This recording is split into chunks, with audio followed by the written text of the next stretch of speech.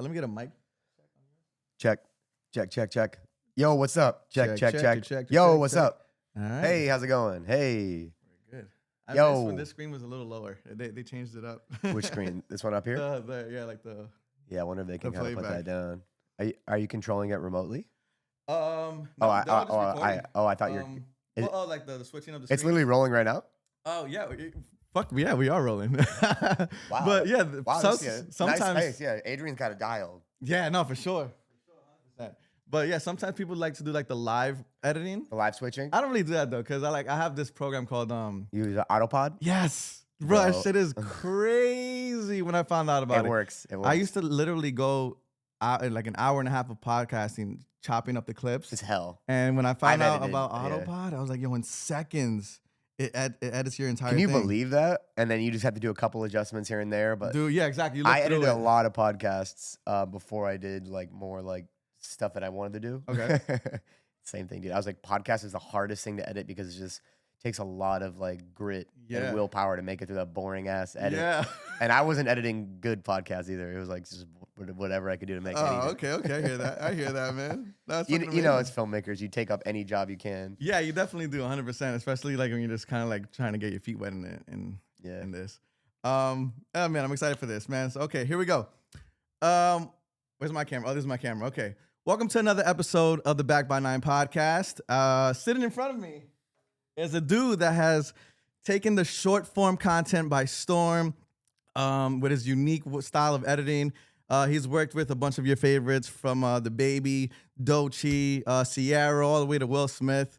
I'm excited to get to know him, and especially that I'm a video director, so we're going to have some cool topics, and I'm sure a lot of you guys will like to indulge in these. The one and only Evan Blum. Hey, Dr. Clips. Hey, what's up, man? How you doing, dude? How's everything? Thank you so much for having me. Oh, man. thanks for being here, It's man. fun, you know. Get to chop it up, not be editing for 5 seconds. Yeah, right? Yeah, Getting it's to like relax, work, you know? work, right? Yeah. but- How's that? I know your life recently has been a lot of moving parts, a lot of work recently, right? Yeah, you know, it's a lot of work. But I mean, I get bored. You know, I was telling y'all earlier, I get bored in Yeah. you know like about 20 seconds. Yeah. So you know, like if we wait. See, I just got bored right there. See, Yeah. I got bored. So By the way, we're filming this whole like thing it. vertically, so we got to sit a little closer. Now I'm kidding. oh, really? Okay, I was just kidding. Yeah. Imagine. Yeah, honestly, yeah. I tell everyone to film vertically in camera, but if you are doing a sit-down podcast, the horizontal actually does make sense. Yeah, because no, you got to get it. 100%. Because that was always a thing with earlier clients, right? They were like, "Yo, can you give me the video horizontal and vertical?"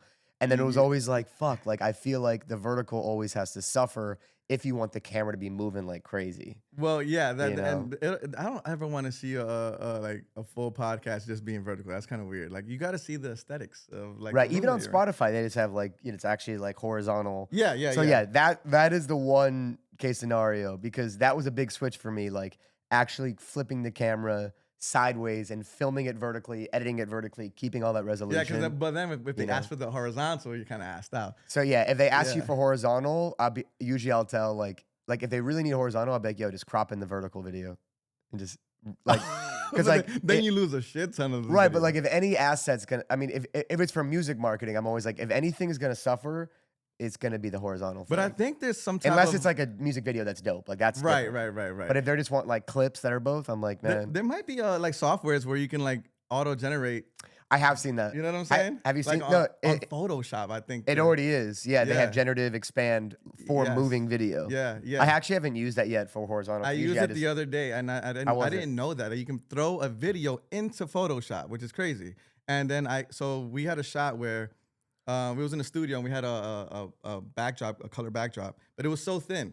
So I was like, I wanted to Yeah. expand it and add shit, Yeah. and literally it did. It was with on a tripod, Photoshop. though? Yeah, exactly. Yeah, dude, they have that for moving shots See, too. that's insane. It's insane, That's right? insane. And they expand it. Yeah, I forgot what the software is called, but yeah, that's great. Yeah, and how to look. You use generative expand. Exactly. Yeah. No, Shit's it's incredible. insane. Like the shit that we have. I now. use that for like my own. Like I built like a little tiny little studio in my backyard, doctor's office, and I had a little backdrop. But again, like with the horizontal, I was like, dude, this is not working. Yeah. Like the ceiling and then the Oh sides. yeah. And then like you just like try to make it look as We got expensive it- as possible. Man, you like we you got it a lasso little easy, I think, with the whole editing nowadays, especially with like all this Oh, technology. bro, in every facet. Like I Everything. just started producing music again. And Oh, like awesome. last time I was really kind of in that zone or in that field was like really 2017, 2018. Yeah. And man, like nowadays, like it's way easier. The types of plugins that you could do to get started, chord generators, MIDI generators, God. just things like loop banks, you know, Splice, Loop Cloud. Yeah. It's so much easier just to get something going and keep the energy moving. Because that Yeah, was yeah, before when yeah. I was producing, like I don't have like crazy keyboard skills or anything. Oh, okay, And I was okay. more of a guitar player, but you know, the guitars, they never had the MIDI guitars. Oh, So it was right. always It was like hard the to like, piano and stuff like that. yeah, I'd always get like nervous because like, you know, people like watch as you produce and like, and you play like, you know, producer piano, in which you like kind of like have to like really like do it really slowly, note by note, Yeah, you know, but now like press one key, it's like playing like a jazz chord.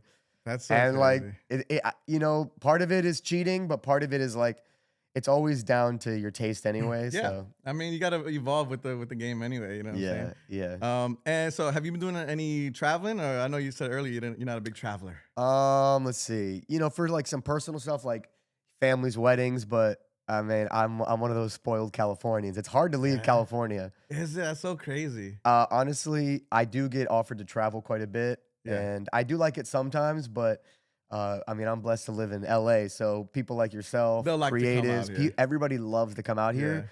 And I like to think that I give them an excuse to come out here. Yeah, So if yeah, they live in yeah. New York, like just make a trip out Yeah, of it's it, not come like out you're in, here. like Utah or something. And like, I do feel really comfortable shooting in the city. Yeah. I've shot in so many locations, you know, Santa Monica, Venice, downtown, North Hollywood, yeah. Hollywood proper, like every spot in downtown, you know, like under the bridge, over the bridge. Right. So I feel like when somebody comes here and they're asking for a specific vibe, You already have you can something pretty in much have that. itself. Like I've shot in the metro, the subway, can make it look like New York. Wow. You know, different houses, different locations, Yeah. backyards with pools. But like, you know, there's been There's times when so like I have to many. go to like Philly to shoot. Like I have done it before, and I'm And just you're like, not comfortable. 'Cause I'm you gonna don't fish know. out of water. I have to rely on somebody there. I Yes, don't know where I'm you going. are right about that. That I don't is know one what area thing. is kind of off limits. I don't Yeah. know anything. You know, I felt like that yesterday. So when I came out here, the guy I was shooting with was asking me like, "Where do you think we should shoot?" And I'm like, "Dude, I'm not from here. You know more about this area." And I kind of gave him an idea of what I wanted visually, and then he kind of like scouted it for me. But exactly. yeah, I Yeah, feel you on that. scouting 100%. is scouting is really important. You That know, is a job right there. Like people scouting get is paid really strictly for that. right. You Right. know, and the thing is like, so when I started in the film world, we were independent. So we were that class of just like independent videographers, and we had every hat. So we directed, location scouted, Yep. edited, did the lighting, did the whole grip, thing. everything, you know. And we didn't know any better. And then after a while, it's like, holy crap! Like people get paid for those individual jobs. You know what I mean on set, and we're doing everything. So Yeah. it's kind of crazy to think. Sometimes that. I'm like, sometimes I can't believe somebody. I'm like, this is all you do? Like they'll be like, yeah, I just do this. I'm like, that's it. I'm like, bro, Yeah, like I have a guy. I that- shoot 100% generally solo. Like Yeah. all this work that you're seeing that's being put out, Yeah. I'm showing up, I'm doing the lighting. I'm doing the editing, I'm doing the shooting, I'm doing the directing, I'm doing the location scouting, and I'm also even pressing playback on the speaker. Like I don't even have someone to press playback. That's crazy. I guess I'm not doing I the, have a lot of those yeah. moments. Yeah, for so like sure. I usually attach a little speaker to my Ah. belt and have this kind of like, you know, cue up the song on my phone and have the playback. Yeah. Because when you control the music, you can control the tempo of the shoot. Yeah, yeah. You have somebody else on playback, they're not paying attention. They Yeah. don't know the music, they don't know the part of the song. Right. Yeah. And it's yeah, just so, I'm a yeah, freak. you I gotta feel do like every it's like- job, man. I get that because it's like if you want something done, do it yourself. You know what I Right. mean? Or quickly, yeah. Unless you have people like, so for the most part, I do shoot a lot of my stuff solo. Yeah. But there is times where I have somebody come on set, at least to help me with the lighting. Right. Things It's of that nice to have nature. help from people that are Oh, excited, God. confident, and like actually Yeah. paying attention. Yeah, well, I've had a lot of like interns, so people that are always. I get DMs all the time, like, "Oh, can I pull up on set? I just want to like feed off of your energy and learn from you." So I've had a lot Right. of that in my career so far. So it's been great because they're hungry and they want to learn. So it's like those are Right. good people to have around. Yeah, For sure. absolutely. Yeah, I mean, yeah, it's always good to have extra set of hands if they're like 100%. if they're like if they know what excited, they're doing too. Because I've had people that have like not only not been helpful, but like they get in the way. You know, they're like Yeah. stepping on shit. I'm just like, Yeah, oh no. Yeah. But yeah, no, it's nice. You know, honestly, I'll take any help I can get. Nah, for sure. But yeah, and so do you like going to like concerts or? Yeah, man. Yeah? You know, this is gonna be a hot take, but I actually like I love live music, but I also don't like. There's nothing in my opinion. The peak music listening experience is in your car. by yourself Yeah. or in the headphones in Yeah. bed, like at night, like like that's my favorite way to enjoy music. Yeah. I feel like live shows almost always let you down in some way in terms of like the sound and like Depends who you're seeing, I guess. it just depends. Like yeah, like have you seen any shows that you've been like, yo, that was peak as Yeah, far no, as I've loved what you're- concerts. And yeah, and well, my favorite band is The Neighborhood. They're actually from out here. Oh, really? I Okay, love The yeah. Neighborhood. Sweater weather, yeah. Yeah. Oh, you know your stuff. Yeah. So every time they're in town, I always go see them, and it's always been a good show. So they're like a band, like they they're do a like band. the okay, full band, yeah. Full band. And maybe I'm just being biased because I go to concerts of the people that I really like. So I've been to like actually, you know Jessie Reyes. Yes. So she just came out with an album and she's performing in Miami in July. So I'm excited to go see her for the first time. She's really, I mean, she can really sing. So cool, yeah. Like when people can really sing. Right. I guess like a lot of rap and hip hop music, it's tough to have that live See, show. In my there experience. you go. That's the thing. But I when don't somebody go to can rap really concerts. sing, it's just hard to have that same compression and vocal presence that you have on the record. Yeah. Because the mixing is, I don't know, maybe I'm a little bit audio nerd, but like I just like, yeah, I like that experience versus like, you know, the live experience is, it's a little bit dependent on who you're going with. Yeah. How many drinks you have, how far away, like you can't even fucking see it. Yeah. So, bro, so my favorite R&B singer is Georgia Smith. She's from the UK. From that side of the world. And she performed in New York a few months ago, and I was literally in the front of the line waiting for hours, bro. And when the doors opened, I ran to the front. I was literally like right here in front of her, bro. It was amazing. That's legit. And she could sing live, and it was just, that's a cool experience. But when you're in the back in the nosebleeds, it's like you might as well watch it at home. That's what I'm saying, yeah. You know? I think that, yeah, actually my favorite concert experiences have always been acoustic performances that I really it's more love. personal, I feel. So if it's just like an acoustic guitar and performer, that's always been like my favorite videos online of live performances. My favorite live performance moments. Is always because like how many times have you been to a venue and you're like, man, can they turn down those crash cymbals? That shit, just splashing that shit, and you're like, more like a tiny desk kind of vibe where it's just like I love everything. Like that's down. my kind of show. Yeah. So I don't know if that's considered a concert. Hey, no, I mean, hey, listen, it is. If someone's performing in front of you, to me, that's a concert. Bro, I went to Rolling Loud, and I worked there recently. Oh, did you? In LA. And have you ever been to Rolling Loud? I've never been to Rolling Loud, but I got offered to go shoot at the last Rolling Loud. Yeah. Are you familiar with like? So it's like that kind of. It's a more modern hip hop. Like yeah. You know they have rage music and exactly stuff like that. Almost like slash rockers. Right, and like the 808 there is like king, right? Now when you're filming, like it must be. I guess it's fine if you're like 16 and like going crazy. But like when you're filming the concert, like I was in the pit and like the 808 speakers, they're taller than me. They're like maybe like 6 feet tall. Jesus. And there's like 7 of them in a row. And the amount of 808, my ears were like fucked for like 3 days. No way. I filmed a net spend right in the pit. And it was crazy. It was awesome. But like, that man. So that's why the live music is crazy because like the mixing of listening to music out in that open space, it's just sometimes it drowns out like the artist. All I could hear was 808. Yeah, that's what I'm saying. I couldn't hear a single word. That's so insane. Literally just 808. Yeah, so being there, I guess it's more just for the vibe because you're not really hearing. I mean, if you know the song, obviously you can kind of sing along, but if you don't know the song, you can't really hear what the guys are saying. No. Until you watch it back on TV because they're recording the actual audio separately. So, yeah. Because like I did that. I listened to the live YouTube mix or whatever of the show, and I was like, this is not what it sounded like. Like I was there. It was literally 808 and nothing else. Like because they have the live feed of the mic. Yeah. But whatever. That's cool. I don't know. And so did you do anything for the past couple of days with any BET Awards events or anything like that? Yeah.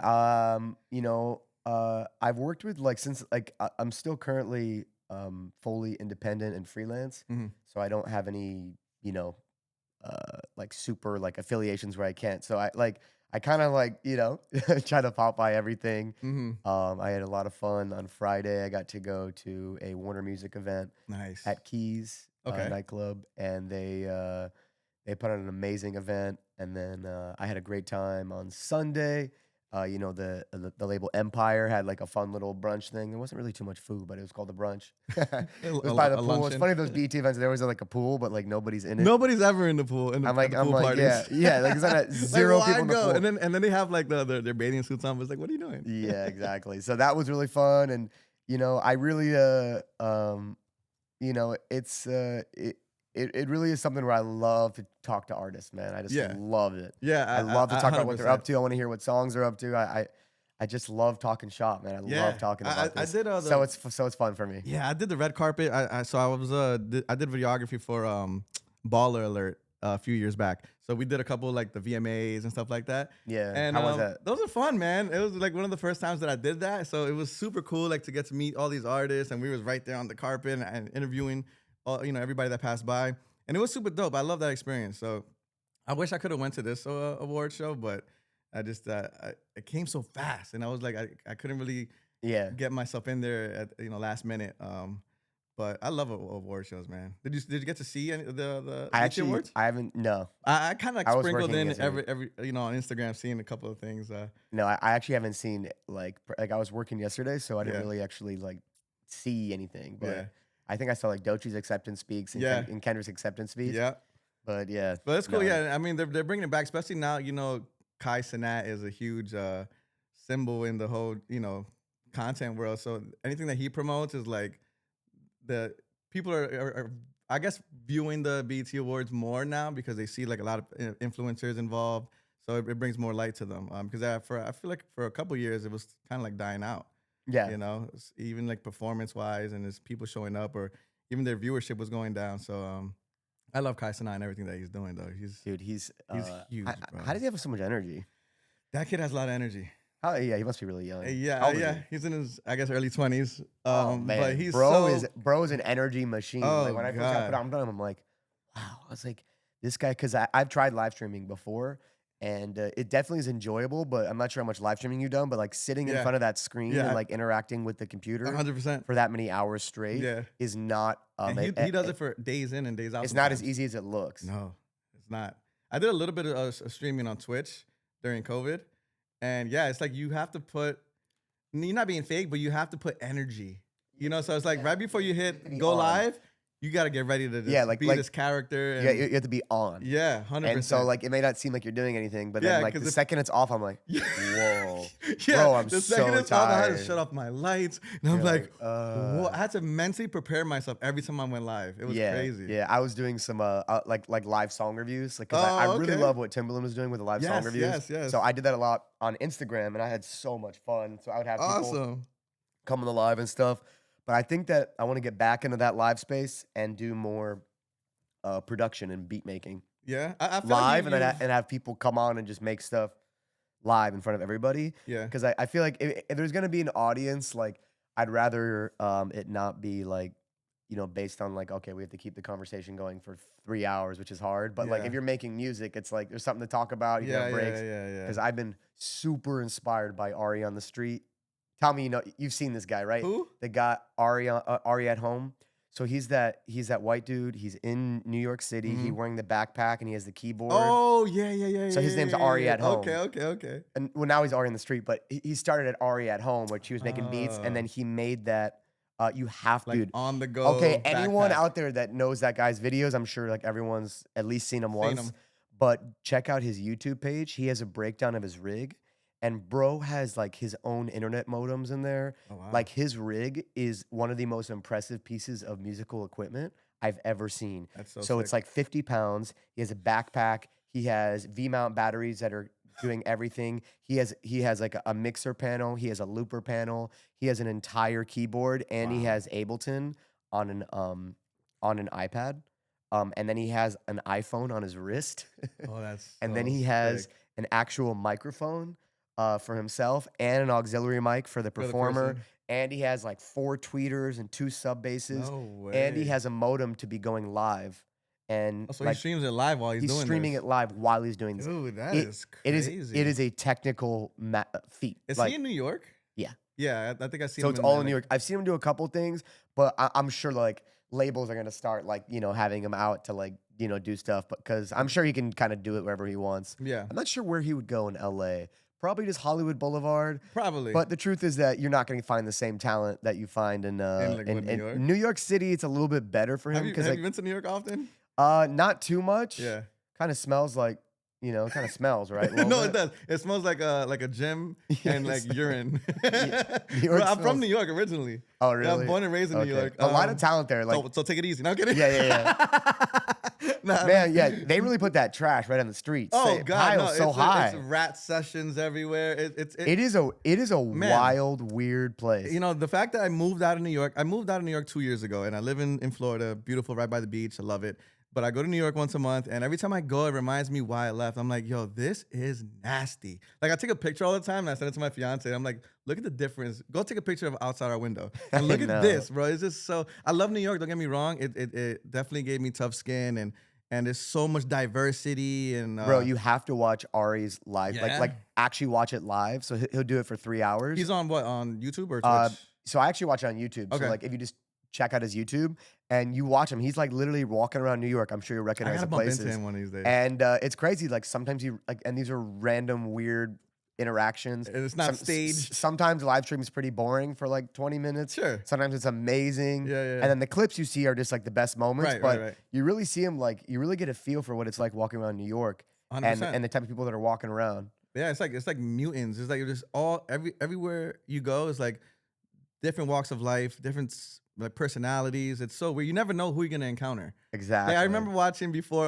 You remember Billy on the Street? Yeah. I love Billy on the Street. Me too. His show I is love so funny, bro. The street interview shit. Yeah. So yeah, New York has really capitalized on the street interview shit. and I think 100%. for a reason. Because you never know who you're gonna. You haven't really encounter. seen it as much in LA. There's a couple people that do some street interview shit that's really Yeah. cool here. But I feel like all the best street interview shows 100%. are all in New York. Yeah, no, 100%. And that's why it's dope. But dude, what Ari kind of inspired me. Like, shout out to him. He's the one that's inspired me to even get back into music.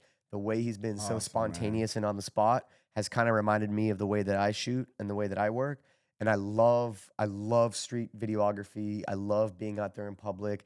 I love the spontaneous creativity, the spontaneous ideas. I love the pressure of coming up with something on the spot. Yeah. I love like not being in a dark, little shitty, smelly, moldy room and just like in the dark. Like I love being outside in the interacting sun with the people. like Yeah. Strangers can see. There's like this one dude. he's doing it right, dude. I can't remember this guy's name, but he's also like a filmmaker for music videos, and I don't know, you've probably seen him, but he'll go up to like celebrities and be like, hey, you have 5 minutes? Can we shoot a quick music video? Have you seen him? Set Well Free. Okay, I think that's his name. Oh yeah, Okay, yeah. Yeah, he goes, yo, like you want to shoot music, and then they'll do a music video. And they're actually doing the shooting for hours because Yeah. it's not no 5-minute video. Yeah. And I feel like that's cool.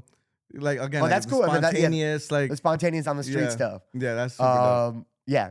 But I implore anybody to try that with NLE Choppa walking out of a hotel and see if he does it. But Yeah. See, I mean, I think that's staged though. It can't be just a random person walking up to these celebrities. I don't want to like butcher his show. who knows? Maybe some of them are, maybe some of them aren't. Yeah, maybe. But shout out to him, man. I appreciate it definitely anybody. I will say it doesn't look like it took 5 minutes. Right, 100%. But hey, man, yeah, he's dope. He's doing his thing, and it's a really cool format, and I love the spontaneity of it. And I love as to long see as people people have fun just- watching it, it's all that matters. Yeah, working and creating. I love anything that has to do with that. Yeah. So let me get some backstory on you, man. Let me get the origins, man. So where are you from originally? So I was born in Detroit, and my mom was born in Philly, but I only lived in Detroit first like 6-7 years of my life, and then my family moved out to San Diego. So I've been in California, living my whole life, but people always been asking me where I'm from when they meet me, like when I'm here. So I always assume like I don't give off too much of a California vibe. I feel like you do though. For Okay, me, maybe you I. do. You Okay, give me maybe a I do. California vibe. Okay, great. Yeah, Yeah. 100%. So maybe you're really from New York. So maybe the Californians don't. Yeah. So Midwest, I don't know. But, Okay. So I still kind of put it on for a little bit because it's not that cool being from San Diego. Like no one cares. I hear that. Actually, that's not. I only had one person that got excited.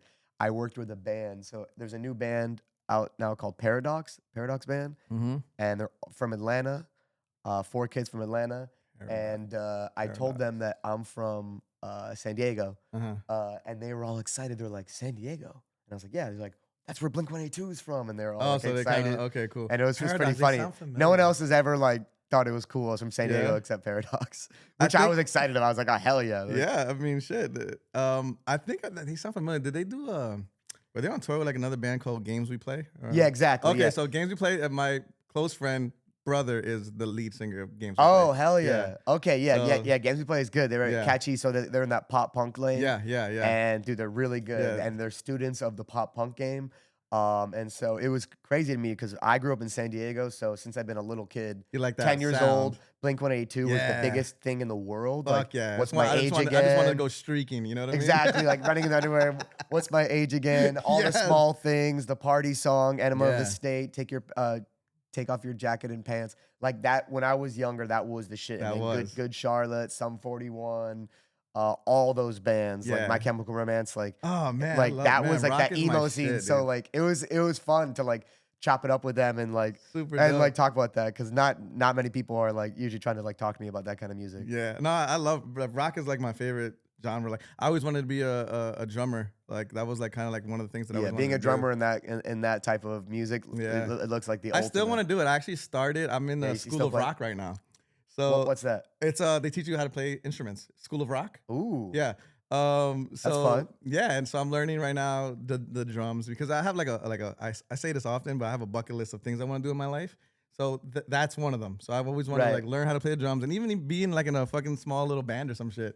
You know what I mean? But it's like I always wanted to learn how to play, man. I think it's Absolutely, so dude. You know, dope. my mom, she just started drum lessons. She's like Oh, shit. she's like 70. Oh, look at that. So, Shit. bro, she Shout out got to moms. like an electronic drum kit. Yeah. And what she lacks in skill, she makes up for in enthusiasm. Because okay. she's There you go. Dude, At I get least- that from my mom. Like my compulsion to like just learn shit and jump in. Just who cares? Like Yeah. not even like overthink it. It's like who cares? I want to do it. Like Right. all right, like it will take a month. Like Yeah. big deal. Like As long as you have the heart for it, that's just all do that it. Like matters, whatever. yeah. Like Right. Fuck so it. I'm like all right. Like yeah. Like someone already started before you, so whatever. But yeah. Yeah. Oh yeah. My origin. Oh yeah, from so Detroit. like, Yeah, what's sorry, so yeah. how was like your child? How were you as a kid, man? Like how was that?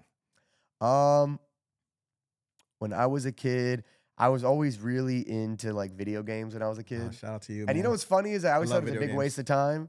But like since I was a kid, that was like probably like I was definitely a gamer. Like so video PlayStation, games. Sega, all that What kind was your of first stuff. system? My very first system was Sega. Like my parents had like a van, and there was 4 of us kids, Mm. right? So we'd all get in the same van. It's called the Blue Bomber. It's like a Chevrolet van, Uh-huh. and we hooked up a little screen and a Sega, and so we played like Mortal Kombat van? and Sonic. What Yeah, the fuck? yeah. Oh well, we didn't need internet to play back in the day. No internet. No. Oh, that's great. So Yeah, we you had guys all were ahead of the that, game. and then like I had a brother who was 7 years older than me, so he was Okay. always.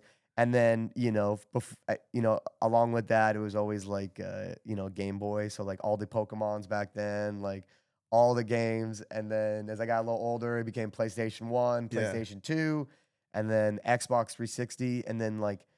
I was always into games, and that's what I did with my friends, and we just like always had fun playing, 2K, NBA Live, NHL, like just basically all the games. But then I think a girl made fun of me when I was like 17 about like playing video games, and then I No, it literally crushed you. and I literally never played again. I literally I did actually. Screw you, Bro. She just Man, I made, love but she didn't even gaming. try. She just made one comment that maybe Yeah? I was like, oh damn, like maybe I'm like I shouldn't be doing this. This is like, Man, dude. and I was like, then I started to think about it. I was like, I'm just like moving pixels on a screen. I'm just wasting my life. Like I started to think about it. Yeah, And dang. then, but that's what I was into as a kid, and I was always very into, like, I used to play Counter-Strike. Remember that computer game? Like, so like that's the kind of shit I used to do. And then I was very into sports as well. So Yeah. like pretty typical childhood. But like as far as like my passion for music, I'd always been super passionate about music. Like when I was in the 4th grade, 3rd grade, my favorite artist was James Brown. Which is Oh, pretty wow. Yeah, so like my favorite That's songs were, random. I Feel Good, I Got You, Wow. Super Bad, Papa's Got a Brand New Bag. I used to love Ray Charles, James Brown, and this is like I'm just like, That's like so a white so kid from awkward San for Diego. a kid in I- what were you, 'cause- 4th grade. Yeah, So like these artists, crazy. I loved it. So back that was right when Napster came out and right when LimeWire. So I didn't even know how I Napster, dude. found these artists, but like yeah, like I, did your parents listen to them? Like, how'd you get introduced to them? Dude, I've always been like a little like detective online. So like if I wanted to find something, I would just like scour and find it, and then like look at related topics or related artists. And like I also had older siblings, so they would always be showing me music, and we had one computer for like the whole family. Yeah, I remember that. And like there The was like dial-up? like what exactly the dial-up sound, AOL online. Oh god. And then we had like 2 speakers, and then so like if I would hear something, like I'd go over and like look at it, and we all shared a single like account to like download. So like at first it was Napster, then it was Kazaa, then it was LimeWire, then it was BearShare. Yeah. I'm sure you know about Oh them. man, These are I illegal, but abuse those. but so we all had one bear share. So like I'd see what my older siblings are listening to. Oh, So I okay, was okay, always okay, okay. really, really, really into music, and I loved it so much.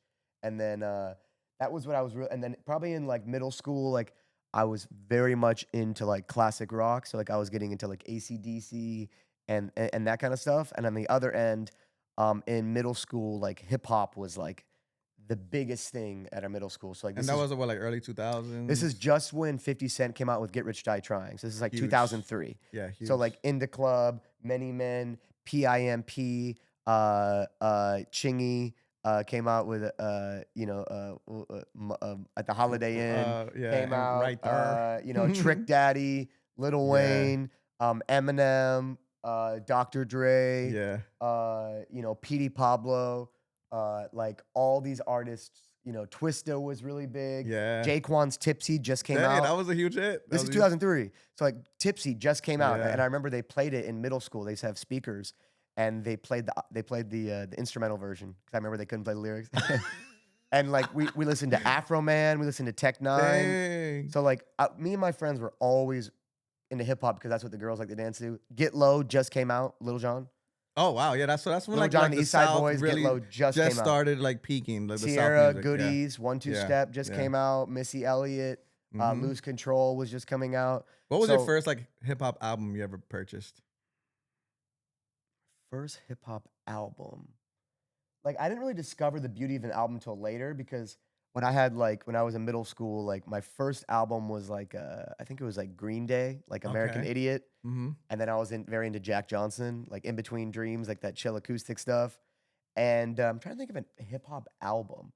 Nah, like my first like experiences really like getting into more bodies of music wasn't until later. But I always had like before the iPhone was a thing. Yeah. The first iPhone, like it wasn't up until like 2008, but I had a Sony Ericsson phone and I figured out Oh, how to I load remember music onto those. my phone. So before anyone had an iPhone or had a speaker like that, I had a phone that I That had a loaded. shit ton of music. I loaded like 300 songs onto my phone. From like stuff you downloaded. So like I Holy. download off YouTube, I download off Kazaa, and I load it. And like the jack was like a proprietary jack. It was like this weird thing to put it in to have headphones, Mhm. and it had a really loud speaker. So I would play everything. Like I was like I'd You were put the Kanye DJ. in there. I'd put and like we'd literally like be at the party and like they'd be like, oh Evan, like bring out your phone, like listen to music. Like that was before there was like JBL speakers. Yeah. So I've been like the guy that like and like if there was ever like in high school that you used to have like prom. Yeah. I'm getting excited talking about this, but like Yeah. prom, Yeah. and, Hell yeah. prom and homecoming, Yeah. like there'd be a limo for homecoming, Oh, and, so in the and there'd be a limo. CD player. So I would always like make a CD for homecoming. You So would like burn a nice little playlist. yeah, so I was I always love really, those days, really, man. really, really into music. Yeah. Always, and yeah, that's the kind of shit I listened to in high school. Andre Nicotino was really big in San Diego. Yeah. And then a lot of, other than that, reggae was also my favorite. So it was mostly hip hop and reggae were probably my favorite types of music. And and your parents were always like supportive in anything that you kind of wanted to do, or were they strict or? No, my parents were so not strict. I never had a curfew. I never really had any. I'm the youngest of 4, so like my parents had like You were bigger fish to babied? fry. So I'm like a baby. Like they'd even notice like if I came home, like it wasn't Yeah. like my mom like texted me like where are you? She was already asleep. Oh, okay. So okay. like yeah, I was like free to go explore and just do whatever. So Oh, like that's kind of cool. yeah, Well, man, good it thing. was Well, it's good and it's like risky because you could get into mad shit. yeah, I could have been a really bad kid, Yeah. Well, luckily, good thing yeah. you got a good head on your shoulders because a lot of people go a dark route. You know what I'm but saying? Where yeah. They're not. I mean, there was people in my high school that went like really Yeah. in San Diego. It's not really known, but it was people were of a lot of drugs. So like back when I was in high school, OxyContin became like a huge oh, drug, Yeah, 100%. and people were smoking OxyContin and shit. And they were also taking Somas. Remember those? Those are muscle relaxers pills, and they make you feel drunk. So people were taking Somas and then What? drinking on them, and then taking so like there were people doing some pretty dark shit that didn't make it. Shit. So it's not like it was that dangerous of an environment, but people were doing some. Yeah, the drugs is what kind San of ruins Diego, it. yeah, like these are some kids that were on some shit. But I was, I kind of just did the basic, just some weed and some Yeah, alcohol, yeah. like nothing crazy. Not too crazy. Yeah, I hear that. And how old were you when you actually really started getting into like the whole film world and all that? So I first came to LA and I had started writing songs on a guitar, and I was a guitar player and songwriter. And my initial ambition was to just be a songwriter, right? Mm-hmm. And just write for other artists. Okay. And I just love the art of songwriting, the structure of it, the feeling of it, just everything about it. And I came to LA and I was recording stuff on GarageBand, just by myself, because I like love whatever's how you GarageBand. do, like just write, the headphone, just write on the computer mic. Yeah. GarageBand's kind of sick. Like Hey, it was cool. you could put a lot of tracks on there, and you 100%. could put like little tuning and shit. So I was doing that and putting out videos on Facebook, and Of eventually, like your personal music, like that you wrote. yeah. And stuff? So I've also always had my own artist stuff, like Okay. singing and stuff like that. And then eventually, I got into production, and I was doing that for a long time, but I was definitely struggling to make ends meet here in LA, Yeah. and I could not like make a consistent income from it. It was just really hard, and a lot of it's kind of politics and like who's who, and you have to like Yeah. be. I very quickly realized I was like, oh my god, like it's more important like how good you are at like drinking at a bar and like being cool than it is like being good at music. And I was like, Being the I was never like technicalities, yeah. that really good at that. Yeah. I'm like a really bad politician. I'm not good at like, just being like saying the right thing to each person and like like I'm always like who I am. Do you Some people consider love yourself- it, some people don't like me. So it's like, Do you yeah. consider yourself like an introvert or no? No, I'm not an introvert. I'm definitely Yeah. extroverted, but like I just wasn't like like all like the cool like Berkeley College of Music kids. Like I was never able to like really like feel comfortable around those kind of Got it, people. got And it, like got I it. don't know, I just always just like struggled in that way. And Yeah. so eventually I was like, fuck this, I quit music. And this is like 2018, 2019. Oh. And I had kind of like a break where I was just like, fuck this, I quit. And then I got a job at a music tech company called Westlake Pro, Mm-hmm. and they sold like audio gear. And I got the job very luckily, and I worked in their marketing department. And so my job was to like find people who could film and edit marketing videos. So I was like the coordinator. Okay. That's how I got hired. $16.50 an hour. Yeah. And the guy was like, yeah, can you find people that could do it? And like, I'd been in the music space for long. Like I knew music video people. Okay. So like, I knew people that could do it. And I was like, yeah, I could do this. And I was able to do that job, but it was so easy. I would just like, hire someone and then like sit there the rest of the day. Like, what do I do with the other 7 hours of the day? Like I found somebody immediately, and I have to stay there for 8 hours. Oh, So then I God. started watching YouTube tutorials on filmmaking, and they had a Sony A7 II there and a Lumix H something. like GH5, like an old one. Yeah. Yeah, so those are the two cameras. They had a Sony A7 II, not S2, A7 II, and a Lumix GH5. Those are the two cameras they had, and they had some GoPros. So I started watching tutorials on those cameras, and then I started like being the second shooter and like kind of soaking up what they were doing and like how to make something look professional. That was Okay. like the first, I feel like the first hurdle as a filmmaker before you like become artsy Yeah. is like, how do I make this look like expensive or professional? Yeah. So like I quickly learned that it's 100% all about lighting. 100%. But it didn't take me long to figure that out, because at Yeah. first you're like, yeah, it's the camera. Like what's No. what's the settings? And you're Yeah, like, yeah. no, No, like, that's good to learn because you Yeah. definitely don't want to shoot in I auto didn't- mode. Yeah, so there was a guy named Matt Klepner who I had hired, Uh-huh. and he was somebody that was in he's like a more cinematographer. Mm-hmm. So I would just watch everything he did, like how he did his camera movements, Love that. where he set up the light. So important. You can soak all that I would just like information. look at exactly. I was like, okay, he's putting the light high, like Mhm, exactly. mhm. And he kind of helped me definitely at first. Like I Love asked him that. a million questions, That's good. and then I was obsessed with Daniel Schiffer. Do you know Okay. him? No, I don't know who that is. On YouTube. He's a Canadian. Oh, yes, I do know who that is. Yes, He's a Canadian yes, yes, yes. filmmaker, and he'd film his girlfriend like cooking. Yes, yes, yes, and he'd yes, be like, yes. so he'd do speed ramp edits. Yep, yep. And I was obsessed with him. So like I watched all his tutorials. I watched Maddie Yeah. Hapoya. I watched Peter McKinnon. I watched Daniel Schiffer.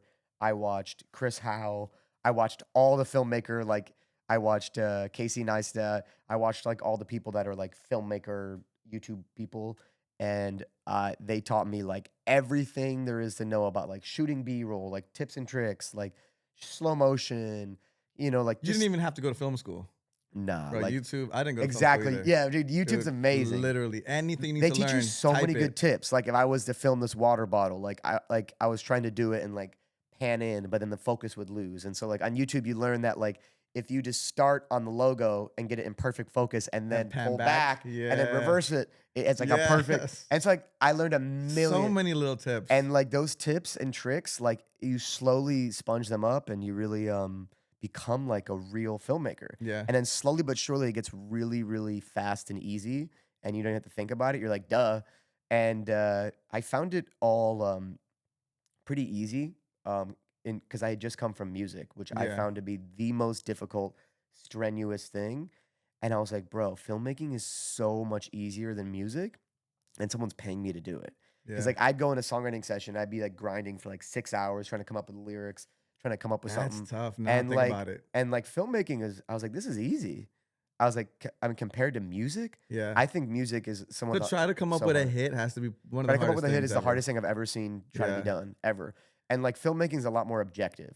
Like Yeah, like yeah, if we're filming like a podcast, it's not like there's like there is infinite possibilities, but like not really. You get a Right. close up of two subjects and you get a wide Yeah. shot. Like if there's a product, you get a wide, a medium, and a close shot. Yeah. You get a panning shot this way, a panning shot that way. You know, Yeah. done. Yeah. And like yeah, with yeah. music, it's like okay, you sit there and you're like, okay, Fuck, it's so hard not how to do we think make about a it. hit?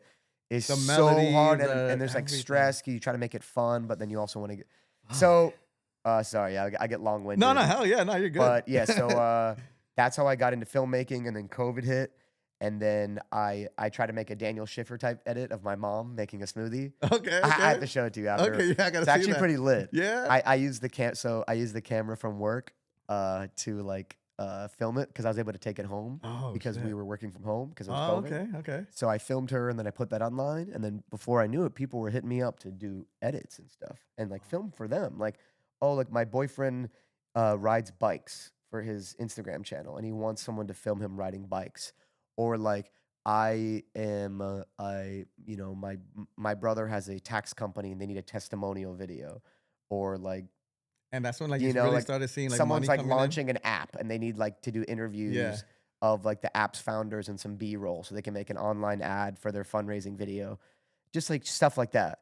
in, and you And started getting paid for it. yeah, and they were paying me like they'd be like paying me like $250. Now, question. And I'd be like, yo, like- $250. I'm getting $16.50 an hour. Right. And I was like $250. And then like one time I got paid like $500 in one day. And I was like, yo, I quit. And so Yeah. I told my manager at Westlake Pro, I said, hey, I'm really sorry, but I'm going to Deuces. have to quit, put my 2 weeks in. And he said, you've been very valuable. How's 1850 sound? Eh, And I said, I'm sorry, but Yeah. no, I'm about to go get this freelance bag. fuck yeah. And, And when you I've been first freelance started, ever since. were you kind of in a struggle of how much should I charge people? Like, did you not know like the Yeah. rates? But Right? yeah, I'm a notoriously terrible businessman. It may seem like I'm like a good businessman, but the truth is I'm a very like kind of like softy, kind-hearted. But I feel like everybody goes through that at first. Creative. And it wasn't until my wife joined my team that I really had a real business. Yeah. Before she joined my team, like I tell this a lot, but like when my wife joined my team, she had located $7,000 of missing invoices that I didn't collect. And not only did I, like, it's not like I purposely didn't collect it, like I didn't know. And this is Wow. based on work that I had completed and for pre-agreed upon rates. And she had backdated and gone through all the old PayPal, Venmo Wow. invoices and all the Google Drive links of delivered content. And then hit up the artist and said, hey, you actually didn't pay for the content that we had agreed upon and we delivered to you. So in order to keep working, you're going to have to pay this because this is what is fair and what you agreed upon. Like nothing shady, just like yeah. just collecting what you had agreed upon before. Wait, but how do you not get that back end? How do you not remember like, hey, Bro, where's my cash? like I just said, I'm a really we were just bad. shooting his leave? Well, Like- you don't collect on the spot. You just collect after. And like, editing is very messy. Like there's like V6, V7, V8. And then I'm working on like 6 projects at once. And to do all the shooting, editing, directing, visuals, and then handle all the accounting at the same time. Maybe someone else could do that. But I'm telling you right now, when it comes to keeping track of numbers, Yeah. I'm really not very Yeah. strong. It's a weak spot of mine. And I'm not a good Well, businessman. shout out to wife. yeah, shout out to wifey. So you're good at that? You can keep I'm track? very good at that. Like I'm super like Yeah, everybody like, knows that. That's that works shocking for me. for you to hear that, huh? Yeah, Like, yeah, 100%. Because when it comes to my business and like finances, I'm super on point with contracts, invoices, making sure I get I'm paid, and I shoot a bro. lot. And it's like Good for you. Yeah, man, thanks. But I guess I get it from my dad. I don't know, but I'm usually good with my financial situation. Oh, I'm not. 100%. I'm terrible. I would forget to like mention pricing, and then I'd go and shoot, and then there'd be a conflict after Oh because God, people thought I was no, going you to do it gotta for do free, contracts, man. God, or like like maybe something was agreed upon, and then they'd ask for extra edits or extra things that wasn't pre-agreed I upon, list all of that. and then like all of a sudden I'm in a position where like I already gave it to him because I just did it real quick, but then like I was like, oh, maybe I should have charged for that, and then I kind of bring it up after the fact, and people be like, yo, man, little conflict and there. so and then I'm not very good with conflict either. I'm just Yeah. an artist, man. The truth is I'm just a creative and an Yeah. artist, and I am not a good politician, and I'm not a good businessman, and that I've learned to be okay with that. Yeah. That's why you Hey, have not people on everybody. a team. Yeah, that's why you have a team. But I'm a good artist and I'm a good creative. Yeah, and just let you create. Let everybody else kind of take care of the exactly. the other So stuff. I hate that kind of stuff. Anyway, I hate invoices. I hate. I had to learn. I hate Microsoft Excel. I hate Google Yeah. Sheets. I hate calculators. I hate Google Docs. I gotta tell you that. I hate Google Docs. Man, I have like hate when that it comes to like that, and I have to like come up with like contracts. I have a guy that does that for me, and then but invoices I enjoy. You enjoy that? I love invoices, Fucking man. I hate that. love fucking invoices. That shit stresses me out. I fucking enjoy it, dude. That shit dude, bro. That Because then at the end of the month, like I have like this app, and you can see like all the invoices, and you kind of like keep track of how much money you've made. And I like to see that number. Right. Like, bro, I don't even know. Like, I actually don't know. Yeah. Like, I don't. Well, that's good because you keep that creativeness. Just focus on the creativeness. I mean, dude, like whatever wifey wants. Like, if like, like if I have to like work like extra, like I'm Yeah. just like, all right, like I don't mind I work overworking. to the level that she like whatever. Like I'm like whatever. Yeah. Like, cause like as a freelance videographer, you could be booking 2 shoots a day, 7 days a week if you really hustle. wanted to. Everybody tells me it's like, yo, you have so much free time. Like 14 and like you'll also like want to kill yourself after that. Like, but like well, yeah. when I first started, I didn't really know much. I was learning, and I was doing that. I was shooting so much, and then you think about it, how much editing you have to do afterwards. Bro, the shooting is fun. Like everybody thinks that shooting is the work. No. The real unsung hero of this world is the editor. Your eyes in front of that. And when you watch a music video and you see that product and the editor is listed at the lowest part of the credits, and like it is so stupid. I'm gonna tell you right now, the editing is the real work of this world. Like you see these running gun videographers that make these crazy docs, like they just literally roll for hours, Yeah. and the editor is picking maybe like 2 to 3%. So everyone out there, remember that the most important member of that team is an editor, because you could have a bunch of people just filming random shit, Yeah. and the editor is what makes it something that people want. They do 100%. a funny edit in the beginning. Yeah. They do something like they have a viral trend idea based on the raw footage, and they actually take the time to go through the raw footage. Going through raw footage is painful Yeah. and painstaking and tedious, and the editor is everything. Editing Yeah. is absolutely You can everything. take a shit raw video and create something amazing just by editing. Amazing. So it's that looks like professional. 100%. So I learned that also very quickly. Yeah. Because like I noticed that like if the editor sucked, like if you have great raw footage, you give it to 2 different editors, and you're like, whoa, editing is everything. So I had kind of learned that quickly, and I was always into editing because I was into producing, Mhm. and I found that music production and video editing are like pretty much the same Hand thing. in hand. You're dragging layers and then like shortening and longing clips, applying different effects chains to Yeah. videos or effects chains to audio. So it was like the exact same thing to me in my head. So putting markers on the beats, I was Yeah. like, this is when I started doing video editing, it was like pretty immediate. I was like, this is very easy. 100%. Automating it to the beat. Yeah. Like I was like, I'm already doing this, and no one's paying me anything. So like I couldn't believe that people were even paying me. It's so crazy. When you start seeing the money, you're like, what? I couldn't believe it. Like I thought I was like, bro, like when I stopped playing music at 28, before I got that job at Westlake, I had applied for a bunch of jobs. I applied to work at the Apple Store. I got rejected. I applied to work at like some like medical app thing. I got rejected. I applied to be a cashier at Whole Foods. I got rejected. I like started like really going down. I was like, dude, I'm maybe I'll just work at IHOP or something. And like here I am, like this like videographer that seems to, have some success here. But like, dude, this wasn't that long ago. That's what I'm saying. Like, it's where I felt really like recent. I was unhireable. Like I was like, dude, I've wasted my life like working on music, and I am 28, and I'm going to like my life's fucking over. Like I can't. I'm not gonna go back to. I was like, maybe I should go back to college. Like I almost applied back to go and get a degree in social service, like just to work in.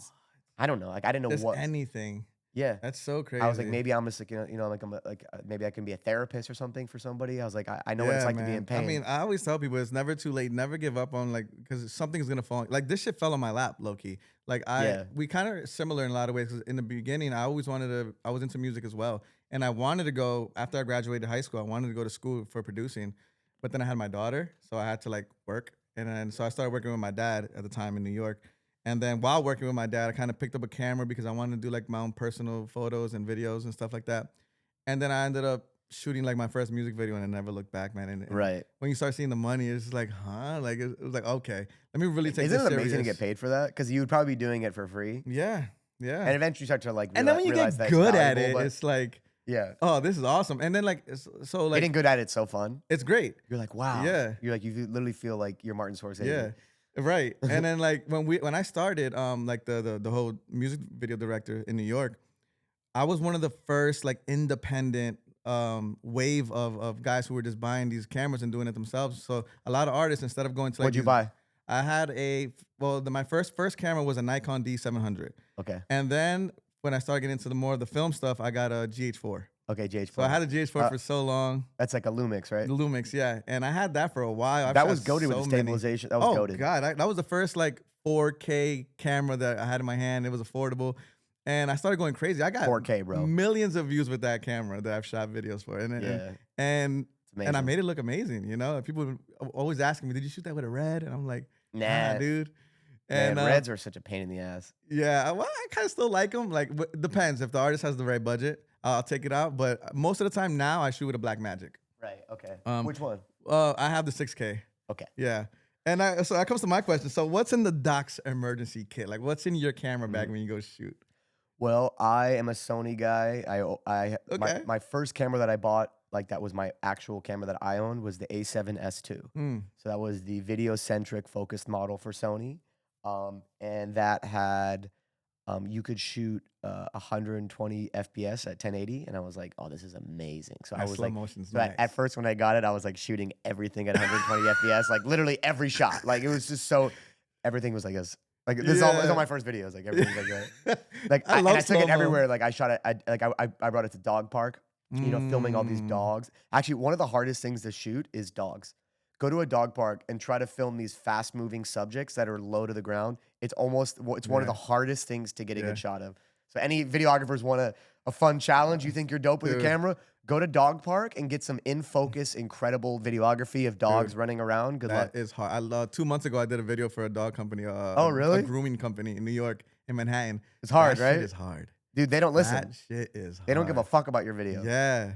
And they'll every now and then they'll come up to your camera and just lick your entire lens. And I'm like, oh God. That's funny. But yeah, so what I do you never had a bring? dog lick the What do you lens. bring out when you go shoot these short? Okay, forms? so eventually I've gotten to where I am now, and I try to be a smaller kit as possible.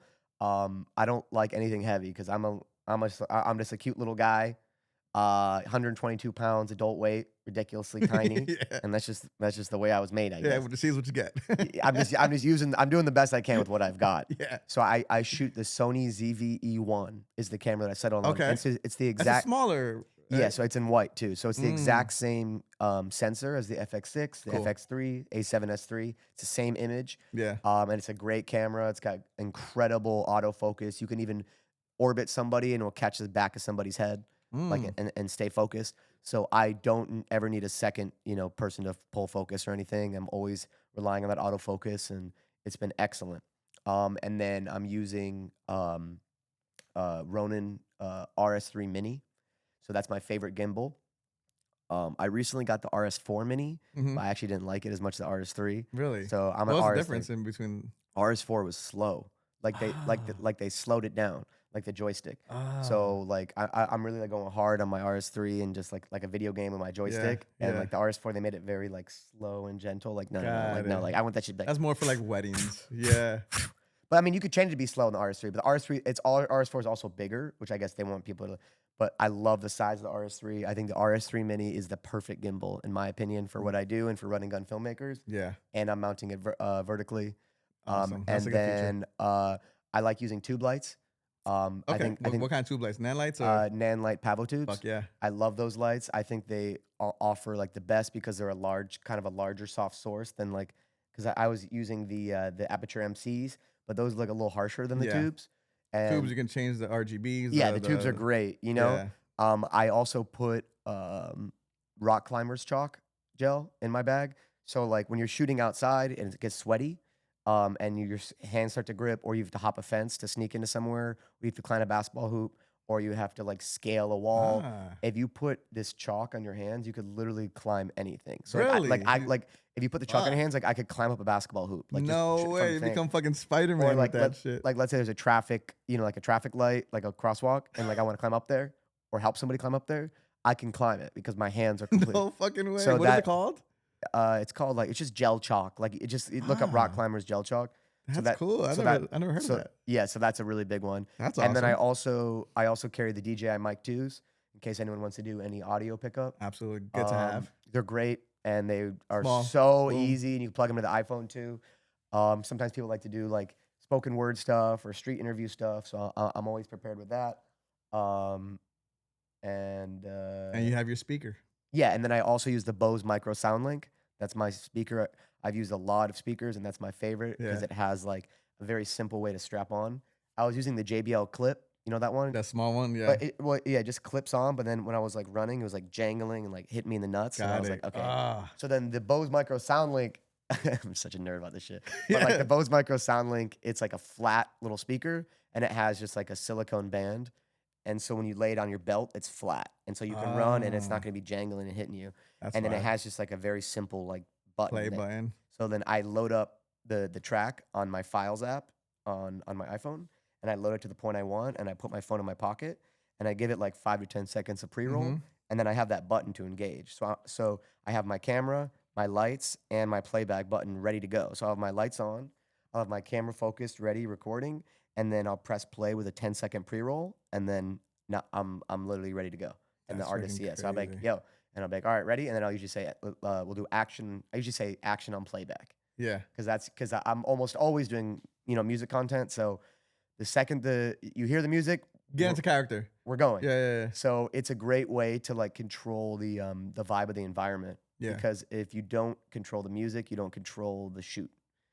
But if you control the music, you can get like artists that aren't a lot of artists that won't pay attention to you. Yeah. But if you just play the music, all of a sudden they like lock in. Right. Yeah, because they hear the song and say, Like okay, they'll we literally gotta get going. ignore you or ignore what's going on. They're kind of like on their phone, and then Yeah, if they do yeah. that, and I'm like, They'll yo, kinda man, look like your we're way. here, we only got an hour left. I just start to play their music, and then Yeah. oh shit, like I forgot. Yeah. That's why we're here. I do that a lot too. That's smart as hell. Yeah. Yeah, 100%. Yeah, you got to play it. Do you have to like mentally prepare yourself when you go out to shoot? Or you just kind of just go and just like, we're here? I feel like Mentally prepare myself. Mhm. No, not really. Really? I don't know, man. I at this point I've shot in like I've doing this for like the past maybe 2-3 years, so still pretty new. But at the same time, it's like you know, I've shot maybe like 6,000, 7,000 clips, Holy edited too. shit. Like it's so many of them, bro. That's It's crazy. insane. So at this point, you're like on So autopilot. I mean, I kind of am I'm not an autopilot, but kind of like I Yeah. can do it. Like it's very easy for me. Yeah. Making beats, now that's hard. Making good music, but shooting for me at this point is pretty easy because it's just like I don't know. Sometimes there's variables when there's like choreography, or let's say I'm shooting like a girl group and there's like 4 members, and everybody wants a little screen time, and you got to like figure out, you know, like which part is which, and like you know, as far as mentally prepare, I'd say I definitely listen to the music. Mhm. That's like the only thing I need to do to prepare.